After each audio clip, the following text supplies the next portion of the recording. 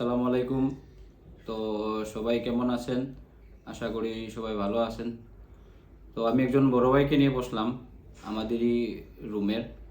তো উনি কত সালে আসছে কলিং ভিসায় জানতে চাইবো।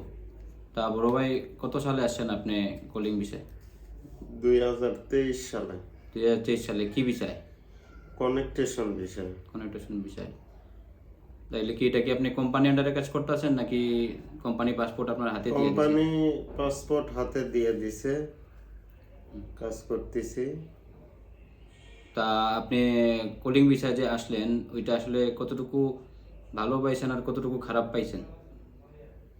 এটা তেমন খুব একটা সুবিধা পাইনি তো, টাকা লাগছে বেশি, 6.5 লক্ষ টাকা নিছে। তা আপনার কলিং ভিসায় আসতে 6.5 লক্ষ টাকা গেছে মালয়েশিয়া না?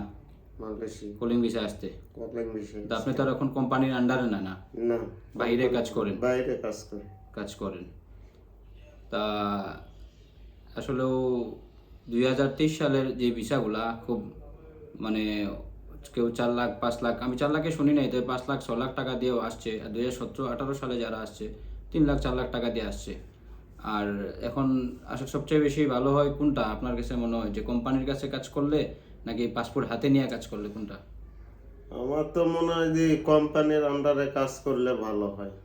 কোম্পানি প্রতি বছরে ভিসা লাগা দেয়, তো এরকম একটা সুযোগ সুবিধা পাওয়া যায় আর কি। আর এটা নিজের কাছে পাসপোর্ট ভিসা থাকলে প্রতি বছরে আবার টাকা লাগে, 1.5 লক্ষ টাকা লাগবে ভিসা লাগাতে।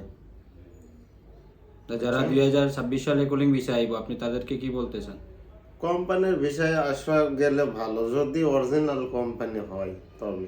আর যদি এমনিতে যদি লিয়ে আসে কোম্পানির নামে ফলস ভাবে, তাহলে ভালো না। তাহলে মানুষ কিভাবে দেখবো যে এটা কোম্পানি আসল নাকি নকল?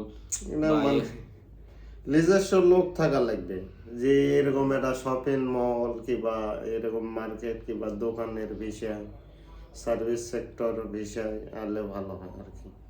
এখন যে মালয়েশিয়ার যে অবস্থাটা, এটা নিয়ে কিছু বলেন। মালয়েশিয়ার কাজ কামের অবস্থা কেমন? অবস্থা ভালো না তেমন, হয়তো 2 মাস কাজ আছে, 2 মাস কাজ নাই, এরকম অবস্থা। তো 2026 সালে যদি কলিং খুলে, তো 26 সালে যারা আসবেন তারা চেষ্টা করবেন যে কোম্পানির কাছে কাজ করার জন্য, কোম্পানির ভিসায়।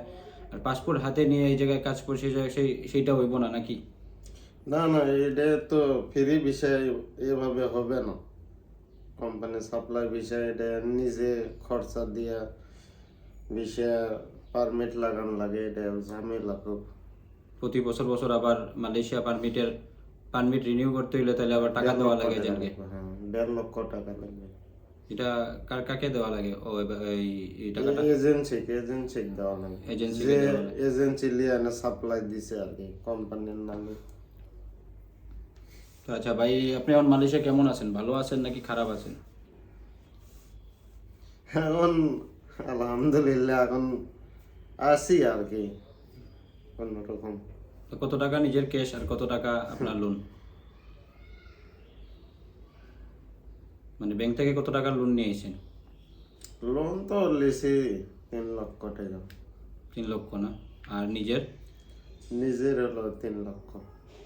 6 লক্ষ টাকা। 6 লক্ষ। তাহলে ব্যাংকের ঋণ কি শুধু হয়ে গেছে? ঋণ শোধ হয়নি, এখন অল্প কিছু আছে, অর্ধেক শোধ হয়েছে, অর্ধেক হয়নি। তা যাই হোক, ভালো লাগলো ভাই আপনার সাথে কথা বলে। আসলে আমি এটাই বলতে চাই, যারা 2026-এ যারা কলিং ভিসায় আসবেন তারা চেষ্টা করবেন যে কোম্পানির কাছে কাজ করার জন্য। যাতে পাসপোর্ট হাতে নিয়ে কাজ করবেন এইসব চিন্তাটা খুব চিন্তা করবেন না, কারণ মালয়েশিয়ার অবস্থা খুব ভালো না। আর খুব খারাপ কাজের দিক দিয়েও যদি কোম্পানির কাছে কাজ করেন, এটাই সবচেয়ে বড় জিনিস। তা সবাই ভালো থাকবেন আর সাপোর্ট করবেন। ওকে, আপনার কিছু বলা আছে নি? না, আর কিছু বলার নাই। ওকে, ভালো থাকবেন।